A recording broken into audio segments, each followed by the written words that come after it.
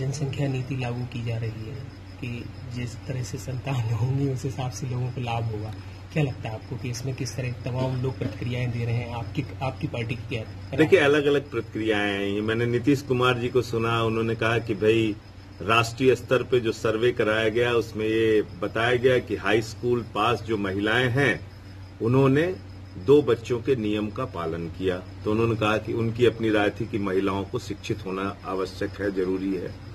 दूसरा, मायावती जी को मैंने सुना, मायावती जी ने कहा कि ये चुनाव को देखकर बिल लाया जा रहा है। मैंने जो ड्राफ्ट थोड़ा बहुत पढ़ा, अभी तक जो सामने आया है, मैं ऐसा व्यक्तिगत तौर पे मानता हूं जनसंख्या वृद्धि एक समस्या है और जनसंख्या नियंत्रण होना चाहिए, इसमें कहीं कोई गलत बात नहीं है। लेकिन उसके लिए आप कानून किस प्रकार का ला रहे हैं?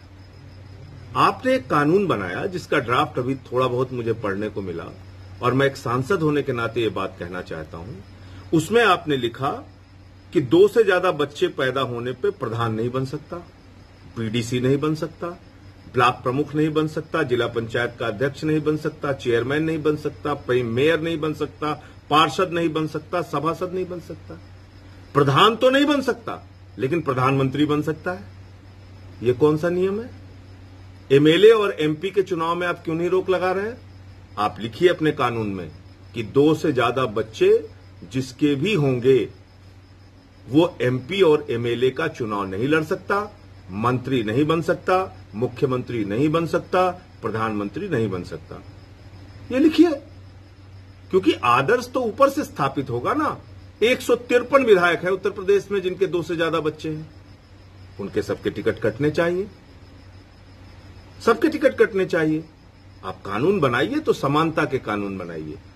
गांव में रहने वाला गरीब आदमी जो 5 साल तैयारी करता है बेचारा, उसको तो आप रोक रहे हो कि नहीं साहब 2 से ज्यादा बच्चे हैं तो आप प्रधान नहीं बन सकते, बीडीसी नहीं बन सकते। एमपी एमएलए क्यों बन सकते हैं भाई? उस पर भी रोक लगाइए।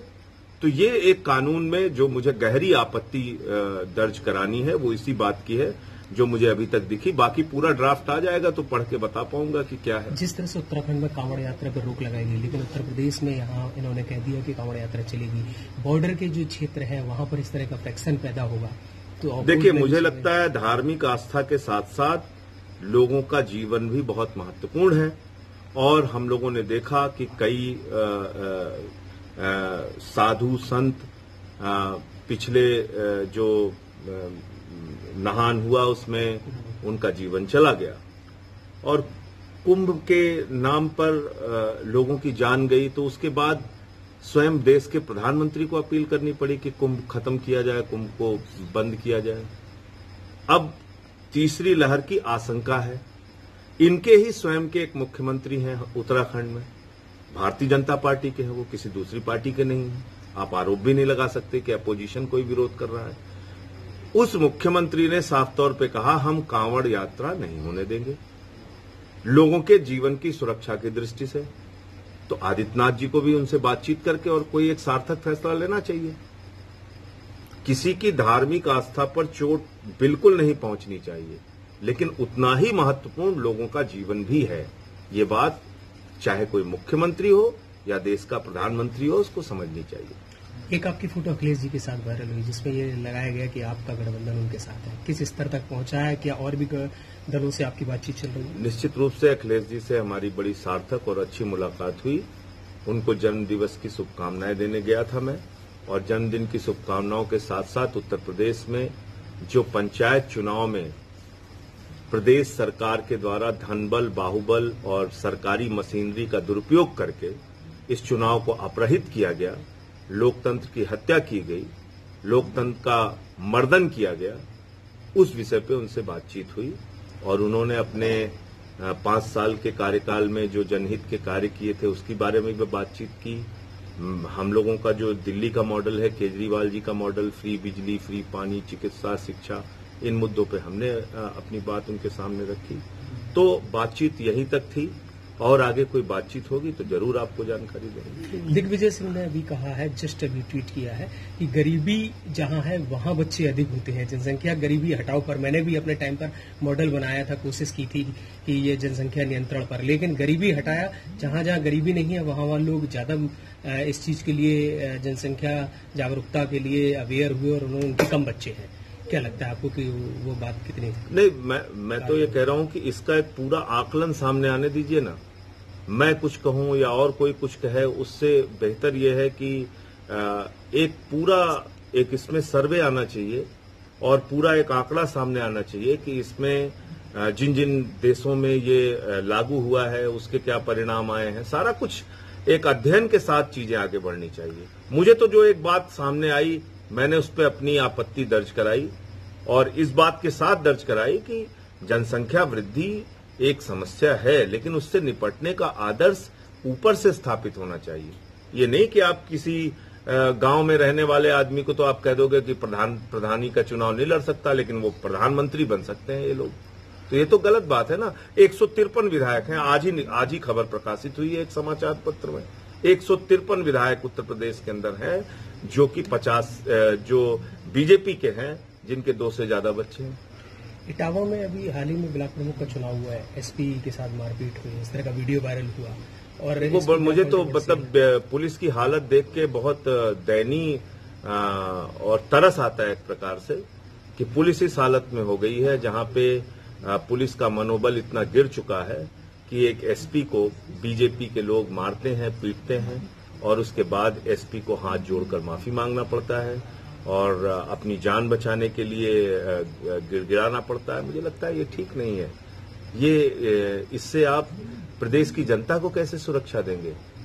जिस प्रदेश की पुलिस का मनोबल इतना गिरा हो कि मार खाने के बाद वो लोग रोए और गिड़गिड़ाएं, वो कैसे प्रदेश की जनता को न्याय दे सकते हैं? तो जो पुलिस का राजनीतिकरण है, जब तक इस पर रोक नहीं लगेगी तब तक सरकारें आती जाती रहेंगी, लेकिन इस तरह के दृश्य हमें हमेशा देखने को मिलेंगे। तो संजय जी, लखनऊ में जब ये आतंकी पकड़े हैं अलकायदा को, उसको लेकर अखिलेश जी ने एक ट्वीट भी किया था, यूपी पुलिस को सवालों के घेरे में खड़ा किया था। क्या लगता है कि ये चुनावी शगुफा है?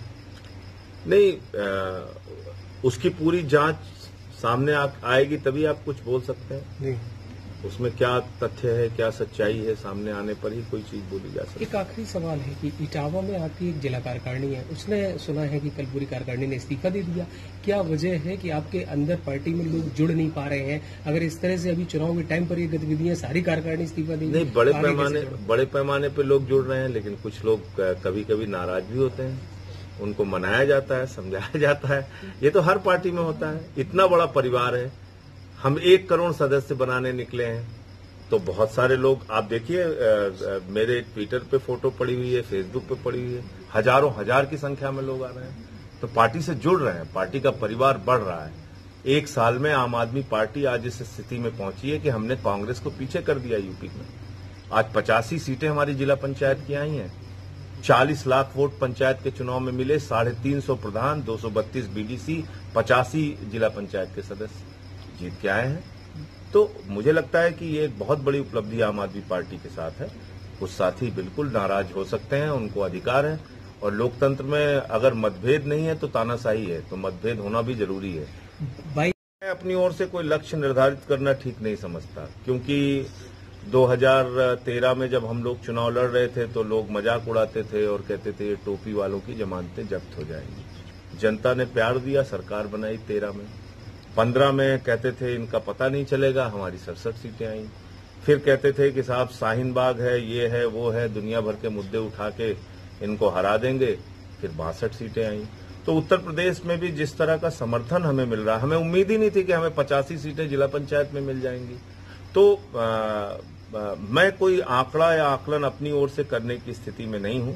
मैं तो सिर्फ ये कह सकता हूं कि आम आदमी पार्टी में जितनी तेजी के साथ लोग जुड़ रहे हैं, डॉक्टर्स, इंजीनियर्स, पढ़े लिखे नौजवान, ये एक बहुत बड़ा संकेत है। गांव गांव में लोग जुड़ रहे हैं। कोई फ्री बिजली के नाम पे जुड़ता है, कोई शिक्षा के नाम पे जुड़ता है, कोई केजरीवाल के मोहल्ला क्लिनिक और अस्पताल के मॉडल पे जुड़ता है। तो इस विचारधारा को हम जितना अधिक से अधिक लोगों तक पहुंचाने में कामयाब होंगे, मुझे लगता है हमारी सफलता का पैमाना वही होगा। और दूसरी बात यह है कि दो विचारधाराएं हैं। एक पार्टी है जो कहती है कि आपको शमशान चाहिए कि नहीं चाहिए, एक पार्टी है जो कहती है स्कूल अस्पताल चाहिए कि नहीं चाहिए।